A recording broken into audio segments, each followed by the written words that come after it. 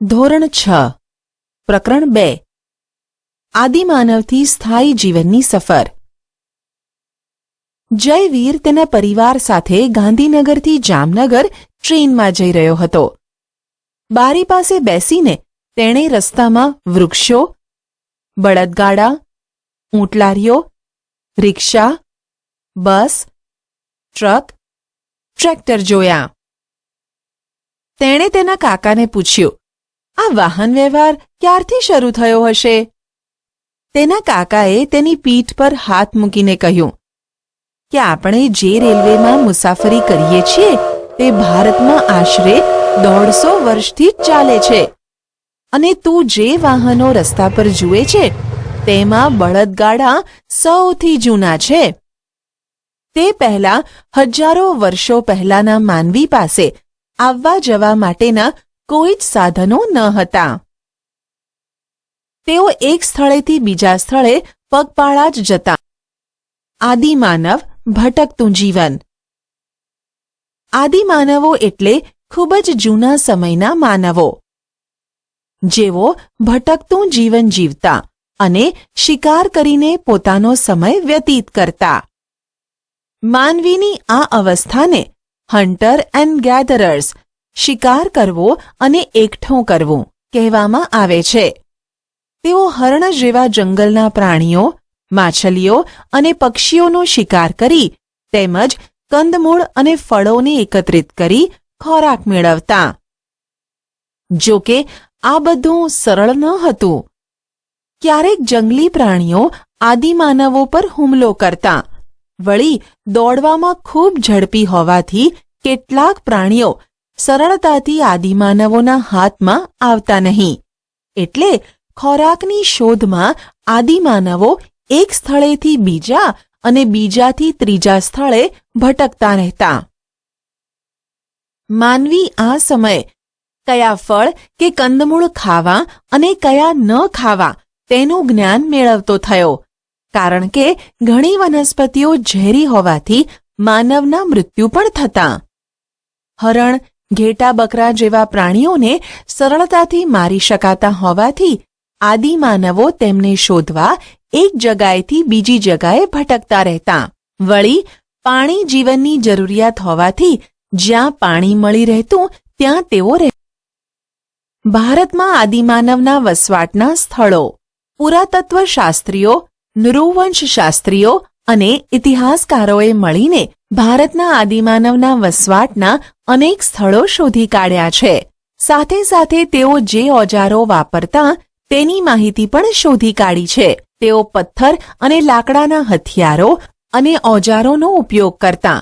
ક્યારેક હાડકાના ઓજારોનો પણ ઉપયોગ કરતા. શિકારી અને ભટકતું જીવન જીવતા માનવો પથ્થરની ટેકનોલોજી સાથે સંકળાયેલા હોવાથી આ સમયને પાષાણ યુગ કહેવામાં આવે છે.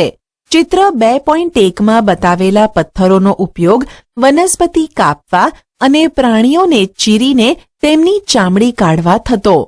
આદિમાનવો વૃક્ષની છાલ અને પ્રાણીઓના ચામડાનો શરીર ઢાંકવા ઉપયોગ કરતા. અગ્નિ અને ચક્રનો ઉપયોગ અને શોધ. દક્ષિણ ભારતના કુર્નૂલમાં મળી આવેલી આદિમાનવોની ગુફામાંથી રાખના અવશેષો મળ્યા છે, જે દર્શાવે છે કે તેઓ અગ્નિથી પરિચિત હશે.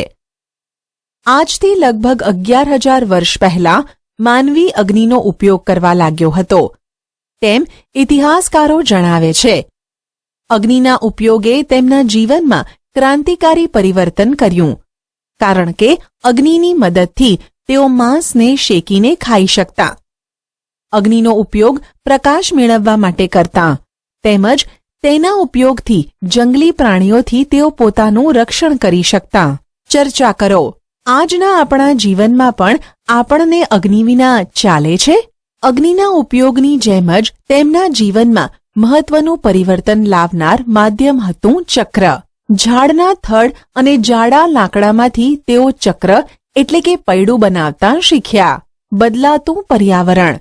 આજથી લગભગ 12,000 વર્ષો પહેલા વિશ્વભરના વાતાવરણમાં વ્યાપક પરિવર્તન આવ્યું. દુનિયાના અનેક ક્ષેત્રોમાં તાપમાન વધતા વનસ્પતિ અને ઘાસના ક્ષેત્રો ઊભા થયા. તેને પરિણામે ઘાસ ખાનારા હરણ, ઘેટાં, બકરા જેવા તૃણાહારી પ્રાણીઓની સંખ્યા વધવા લાગી. તેનો લાભ આદિમાનવોને ચોક્કસ મળ્યો. તેઓ આવા પ્રાણીઓની રીતભાતોનો અભ્યાસ કરવા લાગ્યા અને આમ તેમનો માનસિક વિકાસ પણ થવા લાગ્યો. વાતાવરણમાં આવેલ પરિવર્તનને કારણે ઘાસ, વૃક્ષો, વનસ્પતિની સાથે સાથે ઘઉં, જવ અને અન્ય ધાન્યોના સંપર્કમાં તેઓ આવ્યા. પથ્થરના ઉપયોગથી સ્ત્રીઓ, પુરુષો અને બાળકો અનાજના દાણા એકત્રિત કરતા. કુતૂહલ વૃત્તિથી થયેલા આ કાર્યોએ ધીમે ધીમે ભારતમાં કૃષિની શરૂઆત કરી. લોકો ધાન્ય ઉગાડવા પથ્થરનો ઉપયોગ કરવા લાગ્યા. નદીના કિનારાની આસપાસ ધાન્ય ઉગાડવા લાગ્યા અને ધીમે ધીમે કૃષિની શરૂઆત થતાં તેમણે ધાન્ય ઉગતું હોય તેની આસપાસ ગારા, માટી, ઘાસના મકાનોમાં રહેવાનું શરૂ કર્યું અને ક્રમશઃ તેમના ભટકતા જીવનનો અંત આવ્યો અને સ્થાયી જીવનની શરૂઆત થઈ. તેમના સ્થાયી જીવનનો પ્રથમ સાથીદાર કે મિત્ર કૂતરો હતો. તે સિવાય તેઓ ઘેટાં, બકરા અને ગાય, ભેંસ, ભૂંડ જેવા પશુઓથી પણ પરિચિત હતા. ધીમે ધીમે તેમણે તેમની સાથે પણ સમાયોજન શરૂ કર્યું. આવા પાલતુ પશુઓનું તેઓ જંગલના હિંસક પ્રાણીઓથી રક્ષણ કરતા. આમ તેઓ ખેતીની સાથે સાથે પશુપાલન સાથે સંકળાયા. જો કે તેમણે પશુઓનો ઉપયોગ દૂધ માટે ક્યારથી કર્યો તે અંગે સંશોધન થઈ રહ્યું છે. સ્થાયી જીવન, ભોજન, રહેઠાણ, પોશાક. કૃષિની શરૂઆતે અને પશુપાલન પ્રવૃત્તિએ આદિમાનવને ભટકતા જીવનમાંથી સ્થાયી જીવન તરફ પરિવર્તિત કર્યો. આપણે જાણીએ છીએ કે કૃષિ માટેના સ્થળોને છોડીને જઈ શકાતું નથી, કારણ કે પાકને ઉગતા થોડો સમય લાગે છે. તેને પાણીની જરૂર પડે છે અને પાક તૈયાર થતાં અનાજના છોડને કાપીને તેમાંથી અનાજ કાઢવું પડે છે. આ પ્રક્રિયાએ ભારતમાં સ્થાયી જીવનની શરૂઆત કરી. અનાજનો સંગ્રહ કરવા તેમણે માટીના માટલા, ઘડા વગેરે બનાવવાની પણ શરૂઆત કરી. હવે ભટકતા જીવનનો અંત આવતાં તેમના ખોરાક, પોશાક અને રહેઠાણમાં વ્યાપક પરિવર્તન આવ્યા. તેઓ ઘઉં, જવ અને પશુઓના માંસ ઉપરાંત માછલી અને તેમની વસાહતની આસપાસના ફળો ખાતા. ગારા, માટી અને ઘાસના મકાનોમાં રહેતા. ખેતી કરતા.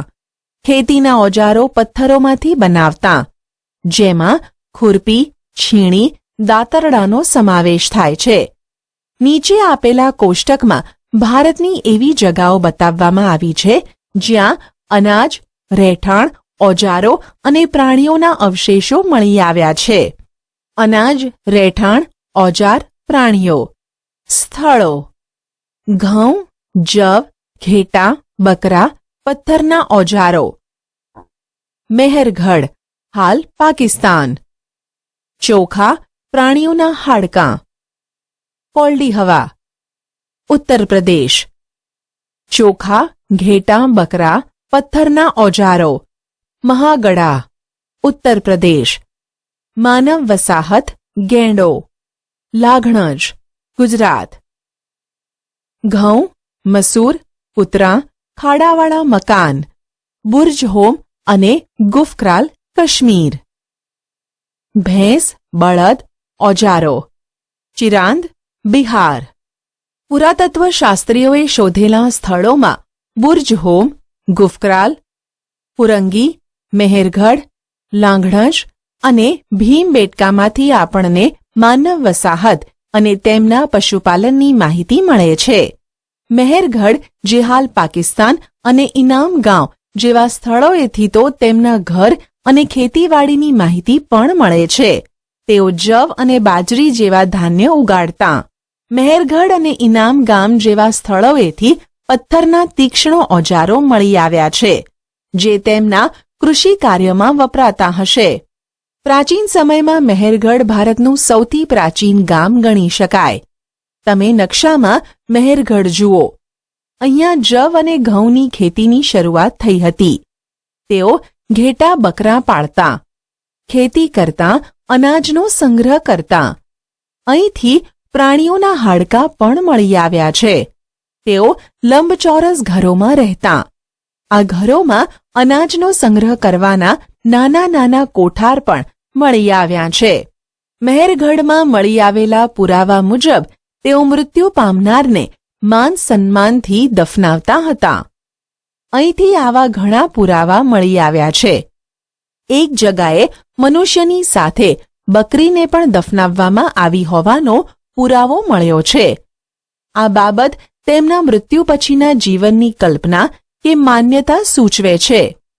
આવી જ રીતે મહારાષ્ટ્રમાં ઇનામ ગામ નામનું સ્થળ મળી આવ્યું છે, જ્યાં બાળકોના મૃતદેહોના અવશેષો મળ્યા છે.